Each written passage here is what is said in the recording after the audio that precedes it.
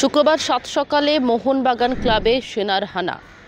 সবুজ মেরুন শিবিরে সেনাকর্মীরা গুড়িয়ে দিল তাদের সাধের যে মোহনবাগান ক্লাবের কিয়স্ক থেকে শুরু করে হোর্ডিং ব্যানার থেকে শুরু করে বেআইনি নির্মাণ।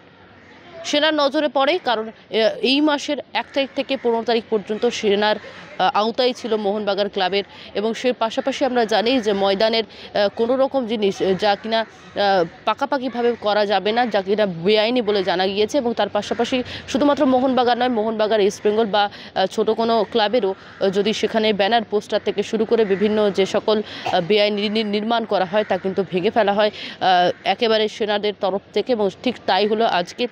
যেমনটা জানা যাচ্ছে, আজ সকাল সকাল সেনার হানা দেওয়া হয় সবুজ মেরুন শিবিরে, এবং সেখানে গিয়ে কিয়স্ক থেকে শুরু করে যে কিয়স্ক নতুন উদ্বোধন করা হয়েছিল কিছুদিন আগে, সেই কিয়স্কও ভেঙে ফেলা হয়। এবং তার পাশাপাশি যেমনটা জানা যাচ্ছে, ব্যানার পোস্টার যেগুলি লাগানো হয়েছিল মোহনবাগান ক্লাবে সেগুলি কিন্তু পুরোপুরিভাবে ভেঙে ফেলা হয়েছে।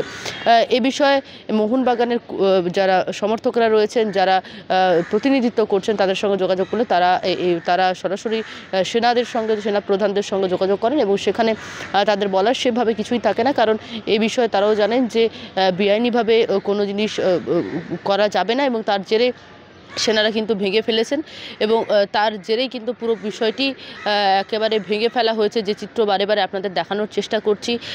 বাংলা হান্টের আরও খবর দেখতে নজর রাখুন। বাংলা খবর মানেই বাংলা হান্ট।